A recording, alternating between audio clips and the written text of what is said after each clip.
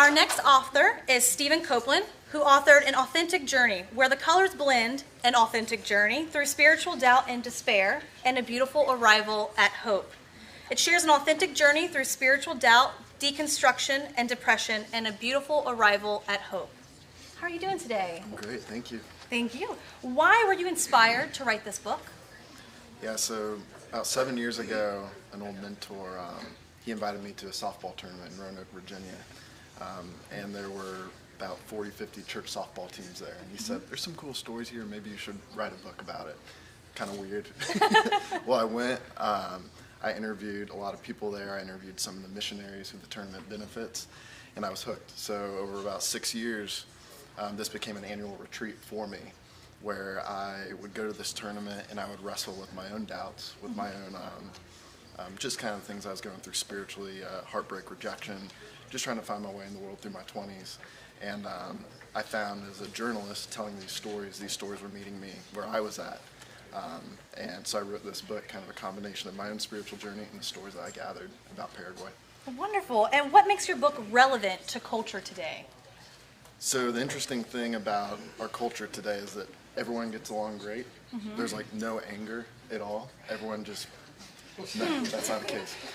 So behind this title is Where the Colors Blend. This is very much, Richard Rohr writes about this, where it's about the emergence from dualism to non-dualism. Okay. So dualism, he would write, is about, it's mostly about just being right. And you see that a lot. That's why there's so much division today, in my opinion. So when you're just about being right, you're oftentimes projecting your own opinion out, trying to change other people. Non-dualism is about opening yourself up to the voice of the other. Mm-hmm. So stepping into non-dualism, where the colors blend, it's this beautiful messiness of saying, I'm open.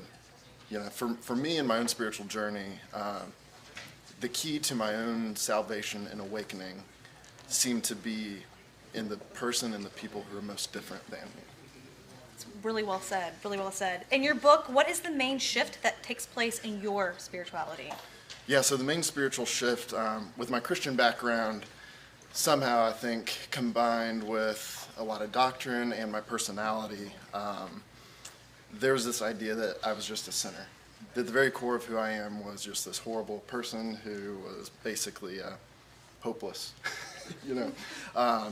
And I think the main shift, and maybe the thing that's gotten lost in a lot of spirituality today, is awakening more to how deeply loved you are.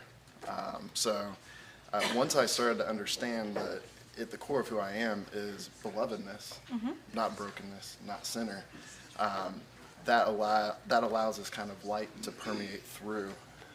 One of my mentors, he says that this is how you grow spiritually. You go outside and you position yourself beneath the sun and you just enjoy the rays. It's a lot like getting a tan. Yeah. So the main transition was from doing to being. It was from sinner to the beloved. Very well said. And where can all the viewers at home contact you, connect with you? Yeah, my website, copelandwrites.com, and I like to tweet, so Steve_Copeland on Twitter. Perfect. Thank you so much for your time today.